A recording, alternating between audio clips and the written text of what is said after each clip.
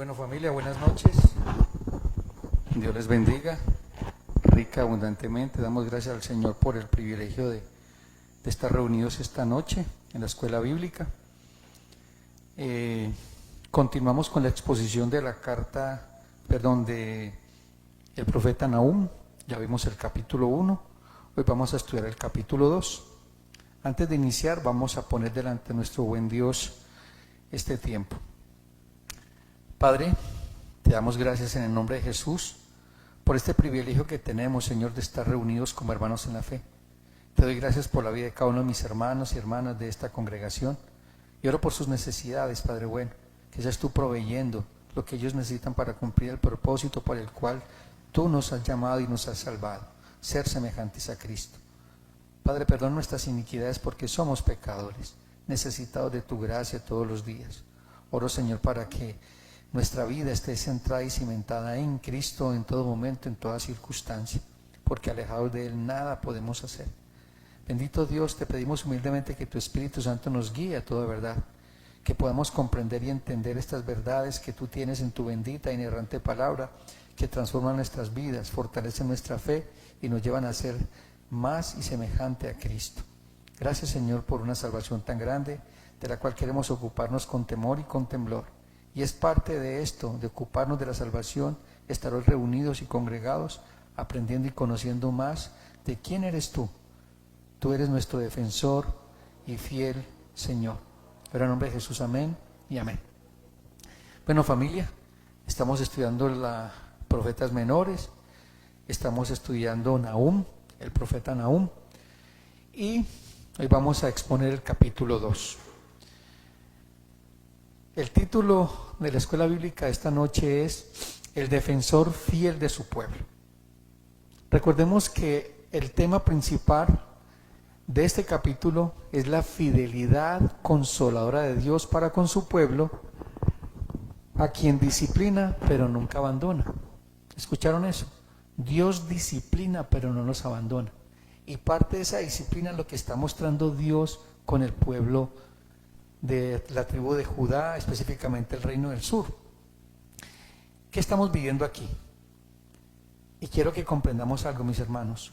El consuelo de un Dios que interviene. Es lo primero que vamos a ver. El consuelo de un Dios que interviene en todas nuestras circunstancias y situaciones. Dios no es ajeno a tu prueba, porque Él está en medio de la prueba. Él la ha generado, Él la sustenta, Él la cuida. Recordemos como dijo David: aunque ande en valles de sombras y muerte, no temeré mal alguno, porque tú estarás conmigo. ¿Quién preparó ese valle de sombras y muerte? Dios, porque Dios es soberano y Dios está en control. Entonces, el consuelo de un Dios que interviene. Muchas veces leemos en la Biblia buscando un consuelo que se sienta como un abrazo tranquilo, una paz silenciosa. Eso es lo que buscamos, ¿cierto que sí? Y Dios nos la da. Pero hay otro tipo de consuelo, uno más poderoso y transformador. El consuelo de ver a Dios ponerse de pie y actuar en defensa de su pueblo. Y eso es lo que vamos a ver hoy, cómo Dios se pone de pie en defensa de su pueblo, aunque su pueblo había pecado contra él. Y vamos a ver a Dios en la fidelidad de su pacto. El libro de Nahum es precisamente eso. Para Judá, un reino pequeño, débil, que había sido tremendamente desobediente, y lo hemos visto a la luz de la Escritura. Cómo Dios envió profeta tras profeta, y el reino del sur se negaba a volverse al Dios del pacto. Uno de sus últimos profetas fue Jeremías, y Jeremías predicó 40 y tantos años, 42 años, y nadie se arrepintió, solo uno, Barú, su escriba. Pero vino el juicio de Dios a través de los babilonios. Pero Dios siguió operando y trabajando en ese pueblo. Pero ahorita vamos a ver cómo Dios usa este juicio contra Nínive para mostrar su fidelidad y el cuidado de Dios después de que el pueblo regresa del cautiverio. Entonces, el libro de Nahum es eso. Judá, un reino pequeño, débil, que había sido tremendamente desobediente. Vivir en la sombra del imperio asirio era una pesadilla constante. Asiria era un monstruo de crueldad. Y lo describe la Biblia, eran perversos. El asirio era perverso, inhumano. Como trataba a los pueblos que conquistaba era aterrador. Cada día que pasaba esta aflicción contra el pueblo de Judá era un recordatorio de su propia vulnerabilidad y de las consecuencias de su infidelidad a Dios. Esto era parte de la disciplina y el trato de Dios para con Israel. Hay circunstancias en nuestra vida que son dolorosas. Y créanme, hermanos, que nosotros, si somos espirituales, somos conscientes de que nosotros hemos hecho cosas en contra de Dios.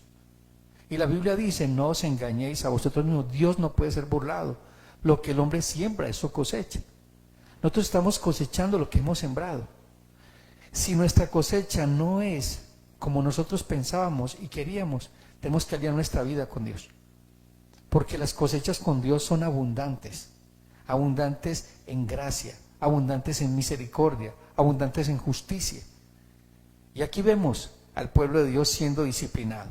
En Hebreos 12:5 nos dice la palabra del Señor y dice, y habéis ya olvidado la exhortación que como a hijos se os dirige diciendo, hijo mío, no menosprecies la disciplina del Señor, ni desmayes cuando eres reprendido por Él, porque el Señor al que ama disciplina y azota a todo aquel que recibe por hijo. Son versículos que no nos gustan en la Biblia, porque ¿a quién le gusta que lo discipline? ¿A quién le gusta que lo azoten? A nadie. Pero el azote, la disciplina de Dios es una manifestación de su amor, de su gracia y de su cuidado. Nosotros no somos bastardos, hemos sido adoptados como hijos de Dios. Y es muy claro, nosotros queremos siempre los beneficios de un padre, ¿cierto? Que cuida, que protege, que da, que provee. Nos gusta eso del padre, pero nos gusta del padre cuando ejerce su autoridad, cuando demanda en el hogar sujetarse a esa autoridad. No nos gusta. Y es parte de nuestro dilema.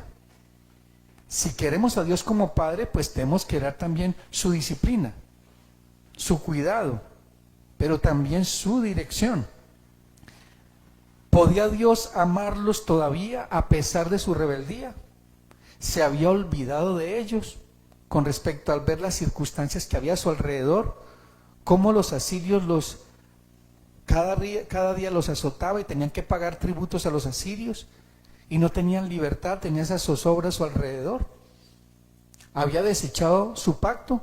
Son preguntas que se hacía ese pueblo, que se hacía el reino de Judá. Muchas veces nos hacemos las preguntas en medio de la disciplina. ¿Dios se ha olvidado de mí? ¿Dios se ha olvidado de su pacto? Nahum, en el capítulo 2, es la respuesta explosiva de Dios a esas preguntas. Es la evidencia de que el cuidado de Dios por los suyos es más fuerte que su desobediencia y más poderoso que cualquier enemigo. Dios es un Dios de pactos y Dios no puede negarse a sí mismo.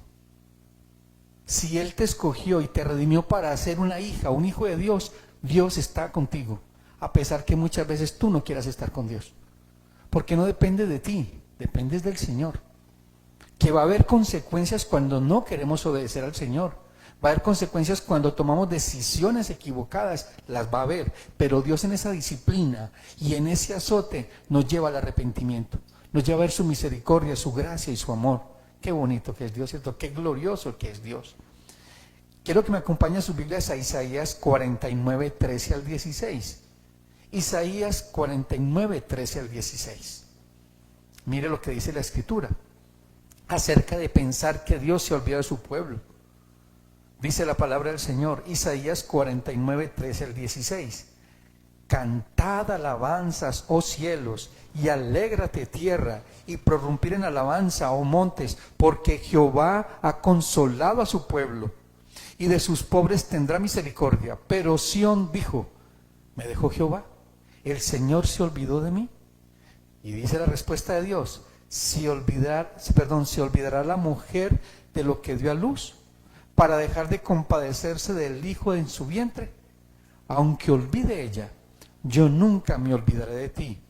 He aquí que en las palmas de las manos te tengo esculpida, delante de mí están siempre tus muros. Qué lindo esto, ¿no? Dios no se olvida de ti. Dios está contigo en la noche oscura de tu alma. Dios está contigo en el desierto, Dios está contigo en la tormenta, Dios está contigo en la disciplina. Porque Él dijo que nunca nos desampararía. Es una promesa de Dios, Dios nunca te desampara.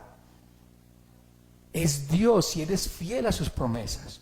Esta noche veremos que nuestro Dios es guerrero fiel, que guarda a los que le pertenecen. Nosotros le pertenecemos, somos ovejas de su prado. Él nos ha comprado y nos ha redimido con la sangre del Cordero. Le pertenecemos. Somos su real sacerdocio, somos su nación santa, somos ese pueblo adquirido por Dios. ¿Cómo nos adquirió? Con la sangre del Cordero. Fuimos comprados con un precio muy alto, entonces Dios no se va a olvidar de ti. Y la buena obra que Él empezó en ti mismo la perfeccionará y la terminará hasta el día del Señor Jesucristo. El juicio como un acto de cuidado. En este capítulo 2, la destrucción de Nínive no es un punto principal, es la consecuencia. El punto principal es la restauración y consuelo de Judá, porque hay un juicio, eso que se llama aún, el juicio que Dios tiene para con Nínive. Que habíamos en el capítulo, en el primer sermón, la primera enseñanza, era cómo Dios, después de haber enviado a Jonás, el pueblo se arrepintió, pero el pueblo se olvidó del Dios que los llamó a misericordia. Y este pueblo se volvió perverso, se volvió más malo de lo que era. Y llegó el juicio de Dios contra Nínive. Dice el versículo 1 y 2 del capítulo 2, subió destruidor contra ti. Guarda la fortaleza, vigila el camino, cíñete los lombos, refuerza mucho tu poder, porque Jehová restaurará la gloria de Jacob como en la gloria de Israel, porque saqueadores lo saquearon y estropearon sus mugrones. Eso dice el capítulo 2, versículo 1 al 2. El capítulo 2 comienza con una imagen de caos para Nínive. Sube contra ella un destructor. Así empieza. Pero inmediatamente, después de que dice eso, Dios revela el por qué permite o envía un destructor contra Nínive. Porque el Señor restaurará la gloria de Jacob como la gloria de Israel. Aunque devastadores lo hayan devastado y hayan destruido sus sarmientos. Mire qué hermoso como Dios empieza a revelar su bendita palabra. Aquí está el corazón consolador del mensaje. La acción de Dios no se origina en un deseo de venganza. Dios no se está vengando de Nínive, sino de su compromiso inquebrantable de restaurar su pueblo, Jacob. Es lo que está diciendo, es el compromiso de Dios para restaurar a Jacob, porque Dios está usando esta disciplina o este juicio contra Nínive para mostrar que Dios es justo y que es perfecto y que es fiel a su pacto. Y aquí algo muy importante, ¿por qué usa el nombre Jacob? Para referirse al reino del sur, al reino de Judá. El nombre que representa es su estado de debilidad. Jacob, ¿quién era? Un mentiroso, un engañador, un manipulador. Recuerde que Dios le cambió el nombre y le puso por nombre Israel. Porque Jacob significa uno que manipula, uno que controla o uno que miente. Estaba el estado de debilidad. Está mostrando cuál era el estado de Israel, de la tribu del sur, del reino del sur. Débil, frágil. Estaba mostrando su pecaminosidad. Este estado de debilidad y desobediencia será restaurado. Hermanos, el enemigo en estas almas, ¿a qué vino? A matar, robar y destruir. Pero Jesucristo, ¿a qué vino? A deshacer las obras del enemigo en estas almas. Todo lo que el enemigo ha usado para destruirte, Dios lo usará y lo está usando para restaurarte, para llevarte a ser como Cristo. Todo eso que el enemigo usó en tu pasado para destruirte, ¿a dónde te llevó? A la cruz de Cristo, a salvarte. ¿O no fue así? Toda esa desolación de lo que era nuestro pasado en la vida pasada, toda esa locura que vivíamos, ¿hasta dónde nos llevó? Hasta encontrarnos con una cruz, la cruz de nuestra salvación. ¿Cierto que sí? El pecado que usó Satanás para destruirnos y para condenarnos, Dios lo usó para salvarnos. Porque nos mostró ese pecado ante nuestros ojos y dijimos, Señor, perdóname. Él nos convenció de justicia, de juicio de pecado. Eso es lo que hace el Señor. Eso es lo que llamamos la gracia irresistible o el llamado eficaz de Dios para con su pueblo. Aquí está el corazón consolador del mensaje. El juicio sobre el opresor significa liberación para el oprimido, ¿cierto que sí? El juicio que hoy estaba haciendo contra Nínive era un juicio también de liberación de aquellos que lo oprimían. Judá, Jacob, será restaurado porque Dios es fiel a su pacto. No se trataba de Jacob, no se trataba de Israel, se trataba del Dios de Jacob, del Dios de Israel. Él juró por él mismo que mantendría su pacto, se lo dijo a Abraham. El pacto no dependía de Israel. Aunque ellos rompieran el pacto, Dios seguía haciendo su pacto para con un remanente. Hermanos, Dios siempre tiene su mano tendida para levantarnos. La Escritura dice, aunque el justo cayere, no quedará postrado porque Dios sostiene su mano. Él nos mantiene firmes. Él es el que nos sostiene con su mano derecha, con la diestra de su justicia. Y no nos deja en el piso. Él nos levanta y nos dice, aquí estoy yo, como un padre amoroso. Te tengo que disciplinar porque te amo, pero estoy contigo en la disciplina, estoy contigo en el azote. Ese es nuestro santo y buen Dios. Entonces, el juicio sobre el opresor significaba liberación para el oprimido. Judá, Jacob, será restaurado porque Dios es fiel a su pacto. La humillación del malvado está intrínsecamente ligada a la exaltación del justo. Porque ¿qué está haciendo Dios? Mostrando la maldad de Nínive y cómo oprimía a Jacob. Y está mostrando de que no se trataba de Jacob, del Dios de Jacob, que trataba con misericordia y con justicia a Nínive, con misericordia con Israel. Porque él ya tuvo misericordia a Nínive, le mandó un profeta, a Jonás, ¿cierto que sí? Y no siguieron los caminos de ese rey que se arrepintió con todo su pueblo. Qué fuerte, ¿no? Pero llegó ese juicio. Dios ve que ha sido devastados y que sus sarmientos, es decir, su futuro, su esperanza ha sido destruido. Es decir, toda esperanza que tenía Judá ya no existía, pero Dios sí existía y Dios se mantenía firme porque Dios es el mismo ayer, hoy y siempre. Dios no cambia. No dependía de los frutos que no tenían, no dependía de la cosecha, dependía del Dios de la cosecha. Dios está mostrando que pusieran sus ojos es en el proveedor, no en la provisión. Y que a veces nos pasa eso. Perdemos de vista al proveedor por estar mirando la provisión. ¿Y qué dice la Escritura? Buscad primeramente el reino de Dios y su justicia, y las demás cosas os serán añadidas. Él actúa, Dios actúa motivado, movido por la compasión y la fidelidad a sus promesas. Él es Dios y su gran nombre estaba puesto en Israel, en Jacob. Hermanos, el gran nombre de Dios está puesto en nosotros. Somos el pueblo de Dios, somos los escogidos de Dios. Su gran nombre está en nosotros.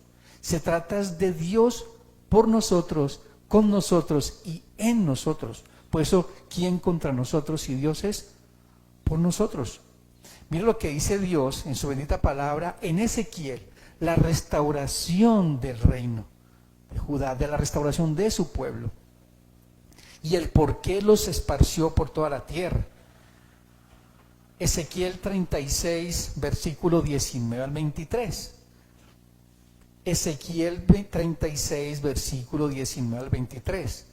Dice la palabra del Señor: les esparcí por las naciones y fueron dispersos por las tierras, conforme a sus caminos y conforme a sus obras les juzgué. Y cuando llegaron a las naciones a donde fueron, profanaron mi santo nombre, diciéndose de ellos: estos son el pueblo de Jehová, y de la tierra de él han salido. Es decir, que la vida que tenía el pueblo era tremendamente opuesta a lo que era el pueblo de Dios. Pero he tenido dolor, mira lo que dice Dios, pero he tenido dolor de ver mi santo nombre profanado por la casa de Israel entre las naciones a donde fueron. Por tanto, di a la casa de Israel: así ha dicho Jehová el Señor, no lo hago por vosotros, oh casa de Israel, sino por causa de mi santo nombre, No se trataba de Israel, no se trataba de Jacob, no se trataba de ti ni de mí, se trata de Dios. Se trata de su gloria, se trata de su nombre, se trata de lo que Él es. Y siempre ha sido y siempre será. Dios no es menos Dios si yo lo adoro o no le adoro. Dios no es menos Dios o más Dios si lo obedezco o no lo obedezco. Él sigue siendo Dios. El que tengo problemas soy yo. El que tengo problemas soy yo con Dios. Y luego dice, por tanto, di a la casa de Israel, así ha dicho Jehová el Señor, no lo hago por vosotros, oh casa de Israel, sino por causa de mi santo nombre, el cual profanasteis vosotros entre las naciones donde habéis llegado. Y santificaré mi gran nombre, profanado entre las naciones, el cual profanasteis vosotros en medio de ellas. Y sabrán las naciones que yo soy Jehová. Y dice Jehová el Señor, cuando sea santificado en vosotros delante de sus ojos. Qué tremendo. Y luego sigue más adelante la restauración del pacto, el nuevo pacto. Y daré un corazón nuevo, cambiaré ese corazón de piedra y pondré en mi mente, en sus mentes mis leyes y sus mandamientos y los pondrás por obra. Entonces miremos entonces la naturaleza de Dios frente a esta revelación. La fidelidad a su palabra significa que su carácter es inmutable. Tiene carácter, personalidad. Dios tiene personalidad, no cambia. Él no es hijo de hombre para mentir, ni hombre para mentir o arrepentirse. Dios no es hombre para arrepentirse, ni hijo de hombre para mentir. Él es fiel a sus promesas. Él no puede negarse a sí mismo. Los dones y el llamado son irrevocables. Pero por eso no significa entonces que yo voy a abusar de esa fidelidad de Dios. Hay consecuencias. Hay consecuencias de nosotros violentar la fidelidad de Dios porque hay una disciplina. ¿Qué dice Dios inspirando al Espíritu Santo a Timoteo, a Pablo en 2 Timoteo 2:13? Dice el Señor, 2 Timoteo 2:13, si somos fieles, Él permanece fiel, pues no puede negarse a sí mismo. Dios no puede negarse a sí mismo. Dios es fiel, así yo sea infiel, Él sigue siendo fiel. Cumplir el pacto a pesar de la infidelidad de Israel es una prueba de que la fidelidad de Dios no depende de la respuesta humana. La fidelidad no depende de tu respuesta, dependes de Dios. Y eso eso tiene que darte a ti seguridad y certeza que tienes un Dios que no cambia, pero sí te cambia. Y cambia las circunstancias para gloria de Él y para bendición de su pueblo. Hago una pregunta, mis hermanos. ¿Será que Dios sería digno de confiar y de adorarle si cambiara de parecer? Si hoy estuviera bravo, mañana contento. Si hoy dijera te bendigo, mañana quiero quitarte la bendición porque te has manejado mal. No podríamos confiar, ¿cierto que no? Por eso tenemos confianza porque eres nuestra roca inconmovible. Eres nuestro cimiento firme. Y eso no se va a mover. Dios seguirá siendo el mismo ayer, hoy y siempre. Es la inmutabilidad de Dios y su consejo. Dios es inmutable. Gracias, María José. Dios es inmutable, Él no cambia. Y qué bueno que no cambie, ¿cierto? Porque imagínense que Dios cambiara. Estaríamos en problemas. Estaríamos en problemas si Dios cambiara. Entonces no depende de nosotros, depende de Dios, de su fidelidad. Entonces, cumplir el pacto, a pesar de la infidelidad de Israel, es una prueba de que su fidelidad, Dios no depende de su fidelidad de nuestra respuesta humana. Él es fiel, porque eso es lo que Él es. No es que Dios tenga fidelidad, Él es fiel y seguirá siendo fiel por la eternidad. Qué bueno eso, saberlo, ¿cierto? No perdamos de vista la fidelidad de Dios en medio de la prueba, en medio de la disciplina, en medio de la noche oscura del alma, en medio del desierto, en medio del valle de sombras y muerte. Dios es fiel y así lo conocimos. Y así lo estamos conociendo. Así lo estamos conociendo. Si Dios rompiera su pacto por la rebelión de Israel, estaría negando su propia naturaleza, ¿cierto? Si Dios se arrepintiera de bendecir a su pueblo, de cuidar de él por su infidelidad, Dios estaría negándose a sí mismo. Y quiero que me acompañen sus Biblias a Hebreos 6, 13 al 18. Hebreos 6, 13 al 18.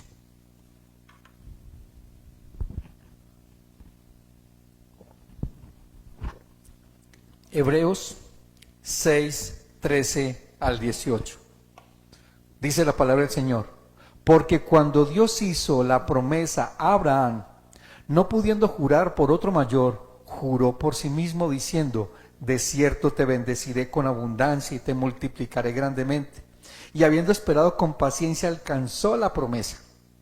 Porque los hombres ciertamente juran por uno mayor que ellos, y para ellos es el final de toda controversia, es el juramento para confirmación. Por lo cual, queriendo Dios mostrar, y aquí toca a nosotros, por lo cual Dios queriendo mostrar más abundantemente a los herederos de la promesa. ¿Quiénes son los herederos de la promesa? Nosotros. Aquí está hablando de ti y de mí. Está hablando de los que estamos hoy congregados y de los que son y llevan el nombre de Dios.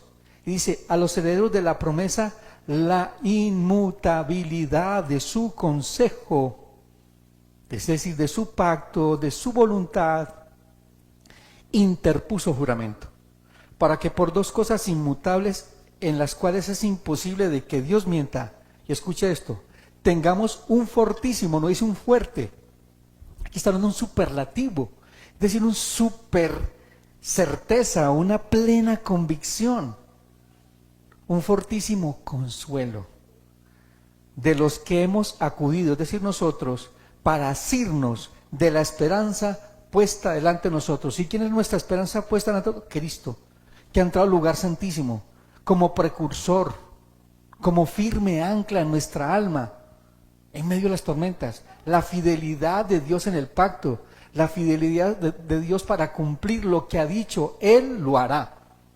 ¿Lo creemos o no lo creemos? Hay que creerlo. ¿Cierto que sí, Salomé? Hay que creerlo, ¿sí o no? Amén. ¿Cierto que sí? Entonces, el poder de la intervención de Dios, Él pelea nuestras batallas. Veamos el versículo 3 al versículo 6 del capítulo 2 de Nahum. Nahum capítulo 2, versículo 3 al 6. Para que veamos el poder de la intervención. Dios pelea sus batallas. El escudo de sus valientes estará enrojecido, los varones de su ejército vestidos de grana, el carro como fuego de antorchas. El día que se prepare temblarán las hayas, los carros se precipitarán a las plazas, con estruendo rodarán por las calles, su aspecto será como antorchas encendidas, correrán como relámpagos, se acordará él de sus valientes, se atropellarán en sus marchas, se apresurarán a su muro, y la defensa se preparará, las puertas de los ríos se abrirán, y el palacio será destruido. La descripción de los carros de guerra, los escudos rojos y los soldados que tropiezan no es solamente poesía, mis hermanos, esto no es poesía, es una demostración de un hecho crucial. Esta es la batalla de Dios, no la de Judá. ¿Quién fue el que envió ese juicio contra Nínive? ¿Judá o el Dios de Judá? O sea que Dios es el que estaba peleando y estaba usando otro pueblo para destruir a Nínive.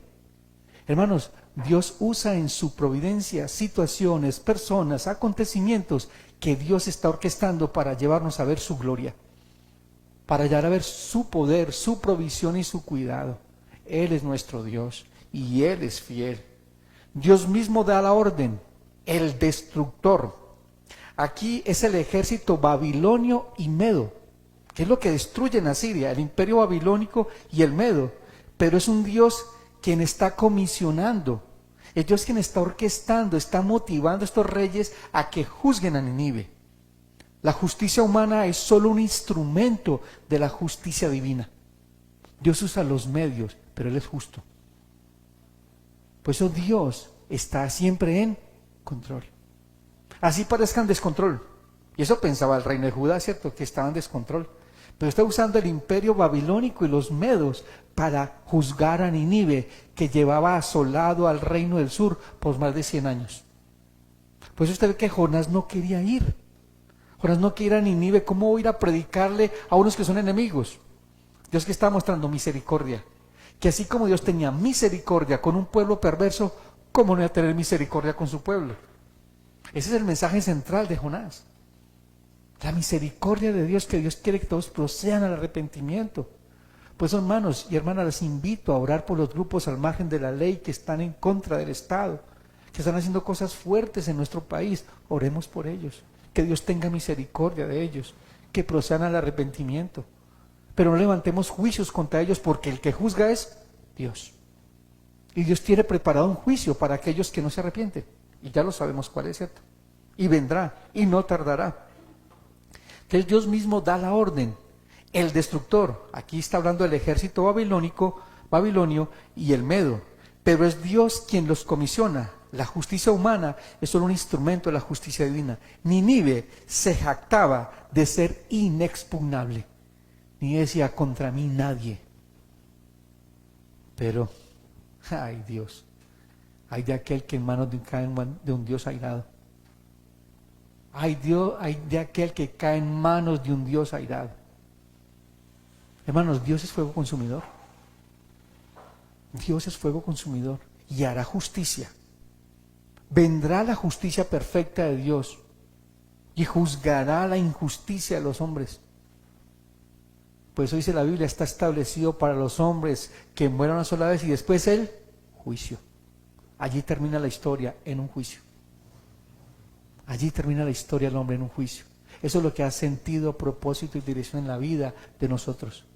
Cristo fue juzgado por nosotros en la cruz. Ya no hay juicio para con nosotros. Hemos sido juzgados, pues hemos justificados, pues por la fe tenemos paz para con Dios por medio de Jesucristo. Cristo ya pagó por ti y por mí. Ese juicio, esa ira, ya Cristo la recibió, y alabado sea el nombre del Señor por eso. Porque somos perdonados, somos justificados, somos hijos de Dios, ya no somos hijos de ira. Entonces la justicia humana es solo un instrumento de la justicia divina. Nínive se jactaba de ser inexpugnable. Sus muros, escuchen esto, los muros de Nínive tenían más de 30 metros de alto y 15 metros de espesor. No se sentían seguros. Dice, aquí no entra nadie, ni Dios, pero Dios les mostró quién era, el Dios Todopoderoso. Hermanos, no hay prueba, no hay enemigo más grande que pueda Dios destruir. Porque Dios es Dios. Por eso Romanos 8 dice, y si Dios es por nosotros, ¿quién contra nosotros? El Dios de Israel, el Dios de los ejércitos, Jehová está con nosotros y pelea por nosotros. Pero si yo estoy en Cristo, si no estoy en Cristo, ¿cómo va a pelear por nosotros? ¿Cómo va a pelear por ti si estás tratando de hacer justicia en sus propias manos? Si estás fuera de la vid, si no estás conectado a la vid verdadera, ¿cómo pretendes Dios que pelee por ti, cierto? Es ilógico, es ilógico. Entonces eran muros de 30 metros de alto y 15 de ancho, pero Dios dice, yo pongo al que te destruirá. Hermanos, los grandes, los poderosos de esta tierra, injustos gobernantes, dirán algún día cuando venga el Señor en su gloria, van a decir, montañas, montes caigan sobre nosotros. Dice, los fuertes, los valientes, los capitanes, los gobernantes de la tierra dirán, caiga sobre nosotros, ocúltenos de la gloria del que viene en el nombre del Señor, del Hijo de Dios. No habrá ningún poder ni poderoso que pueda resistir, porque dice la Escritura que toda boca confesará que eres el Señor y toda rodilla se doblará. Ese es nuestro Dios. Y todo ojo lo verá, porque ese es nuestro Dios, es el Dios que tú y yo servimos, es el Dios que tú y yo adoramos, es el Dios que nos ha redimido con la sangre del Cordero.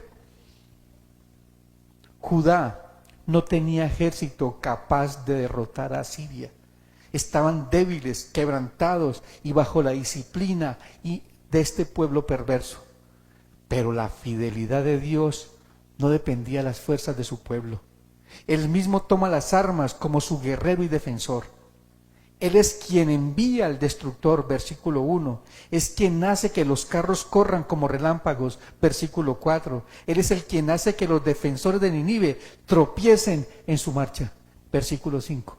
Es Dios, porque Dios dirige, orquesta y mantiene firme su provisión, su providencia el cumplimiento de sus planes.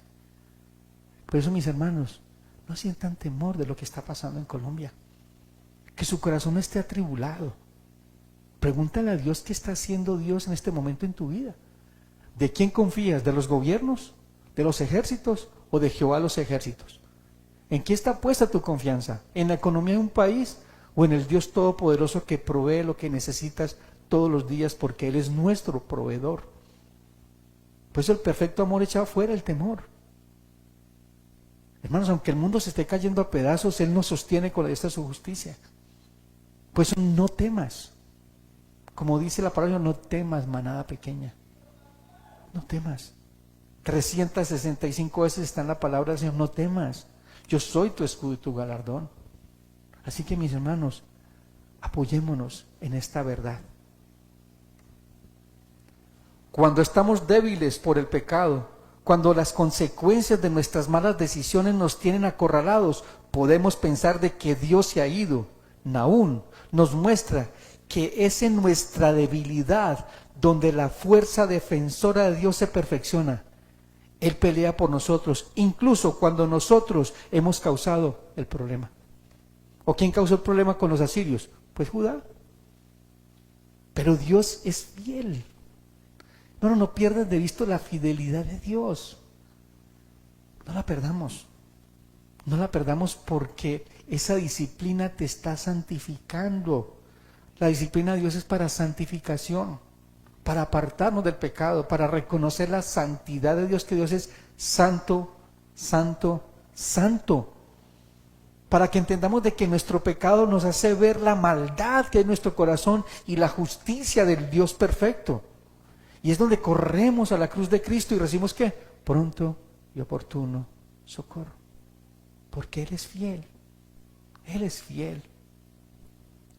Cuando estamos débiles por el pecado, cuando las consecuencias de nuestras malas decisiones nos tienen acorralados, vemos de que Dios se ha ido, pero aún demuestra que en nuestra debilidad, donde la fuerza defensora de Dios se perfecciona, Él pelea por nosotros, incluso cuando nosotros hemos causado el problema. Acompáñenme en sus Biblias al Salmo 103, versículo 8 al 14.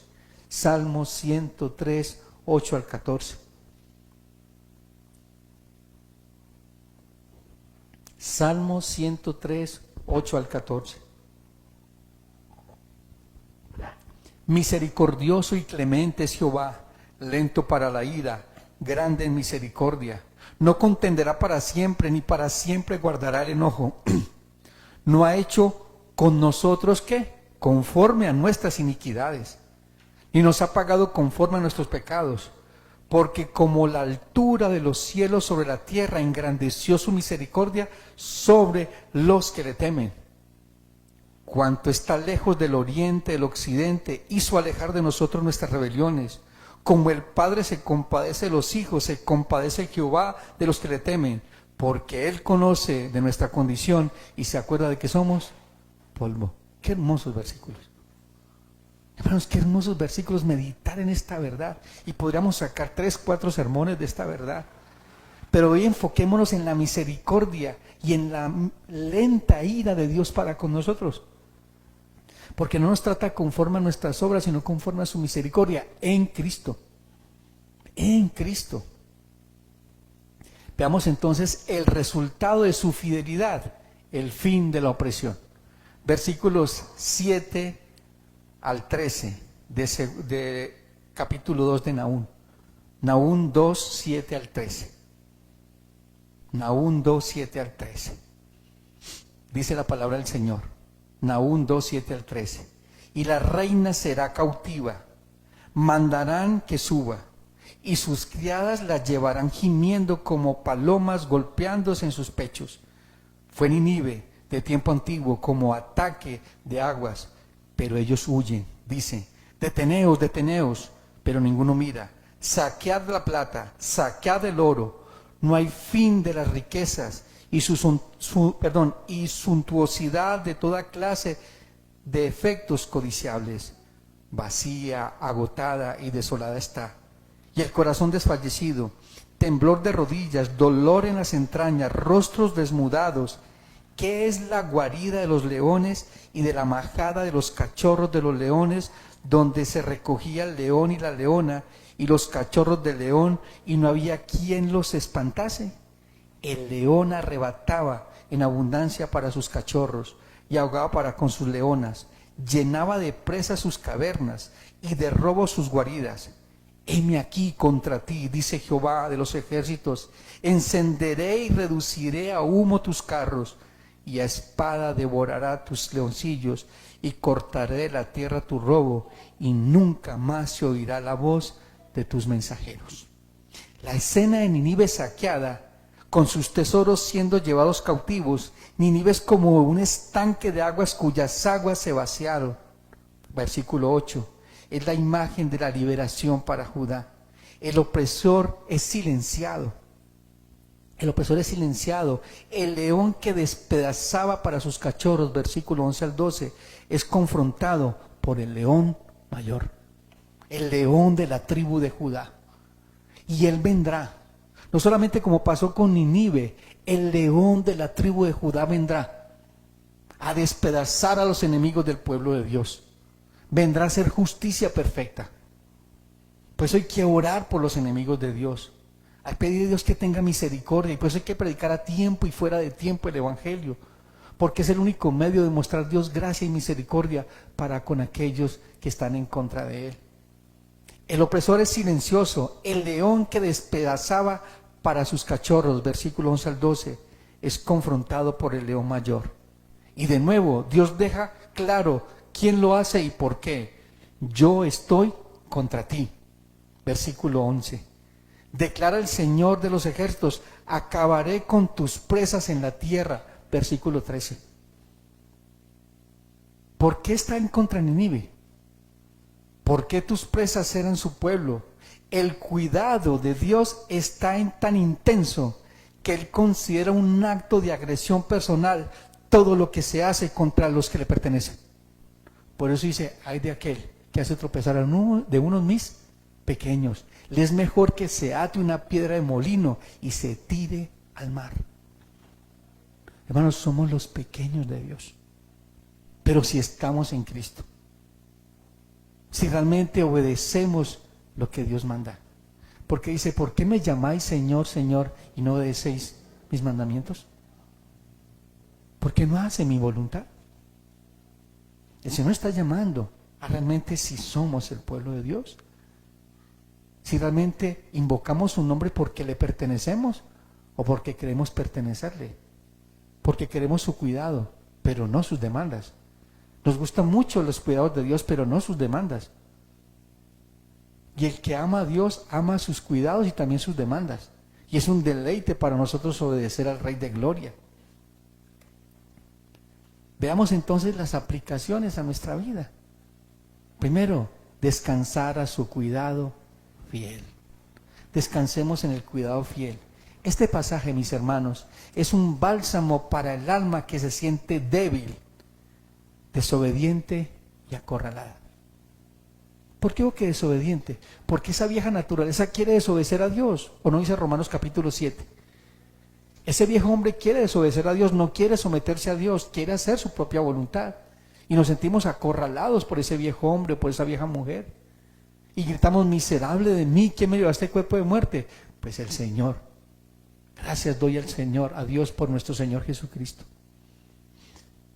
Su cuidado está basado en su carácter. No olviden esto, el cuidado está basado en su carácter, lo que Él es bueno. No es que tenga bondad, Él es bueno todo el tiempo. Y todo el tiempo Dios es bueno en gran manera. Cuando nosotros podemos, Dios puede. Tú haces lo posible, Dios hace lo imposible, ¿cierto que sí? ¿Te sientes débil espiritualmente? ¿Acosado por las consecuencias de tu pasado, de tu pecado? ¿Oprimido por las circunstancias abrumadoras? Descansa. El mismo Dios que movió ejércitos para liberar a Judá actúa a favor de nosotros. Él no ha cambiado. El Dios que peleó por Judá es el que pelea por ti. Él pelea tus batallas. Pero confiemos en Dios y descansemos en Él, no en nuestras fuerzas. Dios pelea nuestras batallas. cuando nosotros no podemos. ¿Te sientes débil espiritualmente? Como decía ahora, acorralado. Dios pelea por nosotros. Dios restaura incluso a través de la disciplina. Y Dios usa la disciplina para restaurarnos, para restaurar su gran nombre en nosotros. La temporada de juicio y opresión de Judá los había humillado y quebrantado. Dios usó este tiempo para traerlos de vuelta a sí mismo, para traerlos a su pacto. Su acto de defensa fue también un acto de restauración final. Él no solo nos libra al enemigo, nos libra para sí mismos, para sí mismo.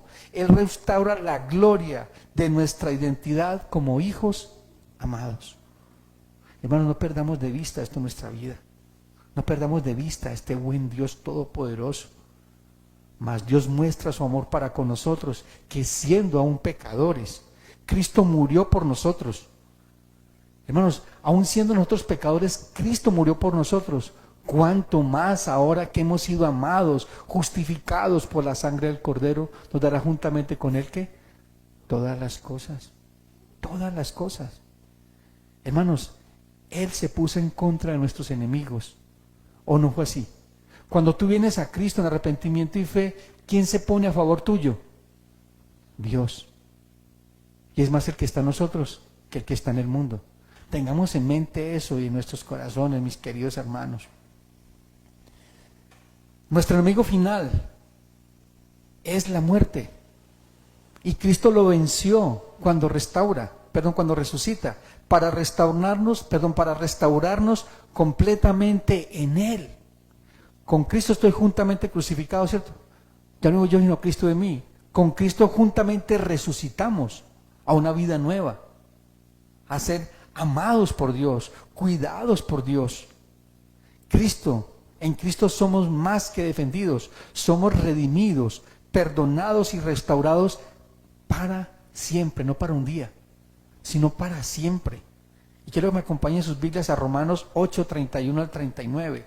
Romanos 8, 31 al 39. Romanos 8, 31 al 39. ¿Qué pues diremos a esto? Si Dios es por nosotros, ¿quién contra nosotros? El que no escatimó a su propio Hijo, sino que lo entregó por nosotros, por todos nosotros, ¿cómo no nos dará también con Él todas las cosas? ¿Quién acusará a los escogidos de Dios? Dios es el que justifica. ¿Quién es el que condenará? Cristo es el que murió, más aún el que también resucitó, el que además está a la diestra de Dios y el que también que intercede por nosotros. Hermanos, no solamente Cristo te perdona, te cuida y te protege, te santifica. Él intercede por ti y por mí todo el tiempo. Esa es la misión de Cristo en este momento, en el trono de Dios. Intercede por nosotros. Él es nuestro sumo sacerdote. Esa es la función que está fungiendo Cristo en este momento delante de Dios, nuestro sumo sacerdote según la orden de Melquisedec. Por eso es que yo puedo acercarme confiadamente al trono de la gracia para decir que pronto y oportuno socorro es por Cristo, no porque yo sea bueno. Bueno es Dios que tuvo misericordia de mí, porque me vio y me amó, aunque estaba muerto en delitos y pecados. Y luego dice el apóstol Pablo, ¿quién nos separará del amor de Cristo? ¿Tribulación o angustia o persecución o hambre o desnudez o peligro o espada? Como está escrito, por causa de ti somos muertos todo el tiempo, somos contados como ovejas de matadero. Antes, en todas estas cosas, somos más que vencedores por medio de aquel que nos amó. Por lo cual, estoy seguro que ni la muerte, ni la vida, ni ángeles, ni principados, ni potestades, ni lo presente, ni lo porvenir, ni lo alto, ni lo profundo, ni ninguna otra cosa creada nos podrá separar del amor de Dios que es en Cristo Jesús, Señor nuestro. Alabado sea el nombre del Señor por esta verdad. Y ruego al Señor que esta verdad quede cimentada en nuestros corazones y en tu corazón. Dios es nuestro fiel defensor. Dios pelea nuestras batallas, pero debemos estar en Cristo. No es en tu justicia, ni en la justicia del otro, es en la justicia del Señor. ¿Qué dice la palabra del Señor en 1 de Pedro capítulo 5, versículos 6 al 7? Dice, humillaos pues bajo la mano poderosa de Dios, para que Él te exalte cuando fuere tiempo. echando todas tus ansiedades sobre Él, porque Él tiene cuidado de vosotros. Él tiene cuidado de ti. Él es tu justicia. Él nos sostiene con la diestra de su justicia. Dios es tu defensor. Mis hermanos, el mensaje en Nahum capítulo 2 para nosotros hoy es este: tu desobediencia no tiene la última palabra. La última palabra tiene el Señor, y alabado sea el nombre del Señor por eso. Porque Dios es el que tiene la última palabra. O miremos al hijo pródigo. ¿Tiene la última palabra la provincia apartada? No, porque allá fue donde Dios lo llamó. Ahí en medio de su pecado, en medio de su obediencia, de su desobediencia, volvió en sí y dijo: ¿qué hago aquí? Si en casa de mi padre un jornalero come mejor que yo, regresaré a casa de mi padre y diré: Padre, he pecado contra el cielo y contra ti. ¿Sí ves? La última palabra no tiene el pecado. La última palabra tiene el Señor, que juzgó el pecado en la cruz de Cristo. Hermanos, nada ni nadie nos podrá separar del amor de Dios que es en Cristo. Nada. Y ya lo leímos antes. No hay nada creado, visible o invisible, nada humano, ninguna potestad, ningún poder te podrá separar del amor de Dios, porque somos el cuerpo de Cristo y Él es nuestra cabeza. No pueden separarte de Cristo, no pueden arrancarte de Cristo. Y gloria a Dios por eso, porque no se trata de ti, no se trata de tu esfuerzo ni de tus fuerzas, se trata de Cristo en nosotros, esperanza de gloria. Hermanos, Él no ignora tu pecado, lo trata con la disciplina de un padre amoroso. Te lo vimos al principio. Hermanos, tú no puedes engañar a Dios, pero Él te va a disciplinar con las mismas consecuencias de ese pecado, y te lleva a través de ese pecado a que veas la misericordia de Dios, porque dice el Señor: el que se arrepiente de sus pecados y se aparta de alcanzar ¿a qué? Él nos muestra en que estamos pecando, ¿sí o no? Y nos convence de justicia, de juicio, de pecado. Y también nos convence de que Él es fiel y justo para perdonar nuestros pecados. Y alabado sea el nombre del Señor por eso, por su fidelidad, por su amor. Entonces Él no ignora tu pecado, lo trata con la disciplina de un padre amoroso, pero incluso en medio de esa disciplina, Él no deja de ser tu guardián y tu defensor impecable. Hermanos, Dios es bueno. ¿O no vemos a David, ese pecado tan grande que comete? Y Dios le dice: la espada no se levantará de tu casa. Iban a haber unas consecuencias del pecado, del adulterio de David y del homicidio de Urías el Eteo. Y fueron muy fuertes. Pero Dios consoló el corazón de David. Dios lo sostuvo. Incluso cuando 3 años estuvo siendo perseguido por su hijo Absalón y que le quitó el reino. Y Dios le devolvió el reino. Y sabe otra cosa, hermanos. Dios siguió diciendo a David: un hombre conforme a mi corazón. Nunca dejó de decirlo. Nunca dejó de decirlo, porque es que es Dios. El pecado de David lo llevó a ver la gracia y la misericordia del Señor. Vio la salvación por gracia, porque ¿qué le dijo el profeta Natán? No morirás, pero tu pecado será remitido. Es decir, puesto en otro, es decir, en un descendiente de David, Jesús, el hijo de David. Cristo salvó a David en el Antiguo Testamento. Qué tremendo esto, ¿no? De la gracia y la misericordia del Señor en sus juicios, en su disciplina y en su azote. Él es nuestro defensor impecable y implacable. Su oído está abierto a tu clamor. Su abrazo es tan fuerte para actuar a tu favor, pero no por ti, sino por causa de Cristo. Él pelea por ti por causa de Cristo, porque eres el cuerpo de Cristo, ¿sí ves? No porque seas mejor. No es por Cristo, es por Cristo. Hermano y hermana, y ya para terminar, si hoy te sientes débil, acuérdate de Judá. Acuérdate de que el Dios que desató su poder para restaurar a un pueblo desobediente es el mismo Dios que te llama a confiar en Él. Él es tu refugio, tu fortaleza, tu defensor fiel. Dios es nuestro defensor fiel. Mis hermanos, aunque haya injusticia en la tierra, aunque están siendo injustos contigo, Dios es justo. Dios es justo. Así que sometámonos a la justicia de Dios. ¿Qué dijo Cristo? En 1 de Pedro capítulo 2, dice que Él encomendaba su causa a aquel que juzgaba fielmente o justamente. Por eso Cristo dice, Padre, perdónalos porque no saben lo que hacen. Él estaba intercediendo por sus enemigos. Él estaba clamando por aquellos que lo estaban matando, porque Él estaba sometido a la justicia perfecta de Dios. Entonces no olviden, mis hermanos, no olvidemos esto que hemos aprendido el día de hoy. Dios es el defensor fiel de su pueblo. Dios es nuestro Dios. Descansemos en Él y esperemos en Él, que Dios no deja avergonzado a aquel que espera en Él.